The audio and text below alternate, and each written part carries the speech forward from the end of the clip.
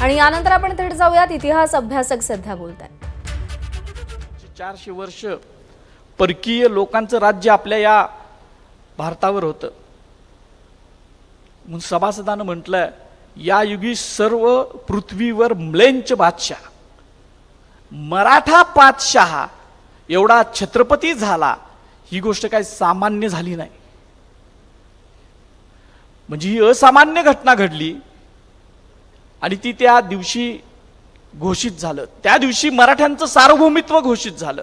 त्या दिवशी मराठ्यांचं तख्त निर्माण झालं. त्या दिवशी मराठ्यांचं सिंहासन निर्माण झालं.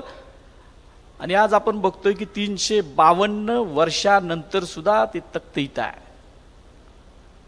आज आपण आदरणीय शाहू महाराजांच्या रूपानं ती जो काय वारसा आहे, शिवछत्रपतींचा वारसा आहे, तो आपण पाहतोय, स्वतः पाहतोय. त्याच्यानंतर ही जी लढाई सुरू झालेली होती, आपल्याला सगळ्या गोष्टी माहिती आहेत की शाहिस्ते खानाचं बोट कशी छाटली, अफजल खानाचा कोता कसा काढला, अनेक गोष्टी आपल्याला माहित आहेत. पण राज्याभिषेकाच्या पाठीमागची शिवाजी महाराजांची भूमिका, की जी आजच्या आपल्या या तख्ताच्या रूपानं, या सिंहासनाच्या, करवीर छत्रपतींच्या सिंहासनाच्या रूपानं जागृत आहे, ती दिसते. याचा आपण थोडासा विचार केला पाहिजे. आणि म्हणूनच मला या ठिकाणी बोलायला महाराज साहेबांनी सांगितलं. ही जी काय शिवाजी महाराजांची जी काय लेगसी आहे, वारसा आहे, तो या करवीर छत्रपतींच्या पर्यंत आला. शिवाजी महाराजांच्या राज्याभिषेकाचं तर खूप गोष्टी तुम्हाला आता सोशल मीडियामधून, ग्रंथातून वाचायला मिळतील.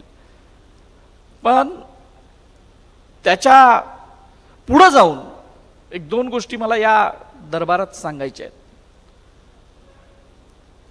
कारण हा जो ठिकाण आहे, हे ठिकाण रायगड इतकंच आपल्याला, महाराष्ट्राला, भारताला पवित्र ठिकाण आहे. कारण याच ठिकाणी राजऋषी शाहू महाराजांना मुक्त्यारी मिळालेली होती.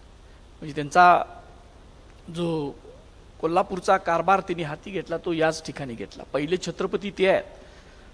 हा पॅलेस त्यांच्या आईसाहेब आणि अहिल्याबाई साहेबांनी बांधला.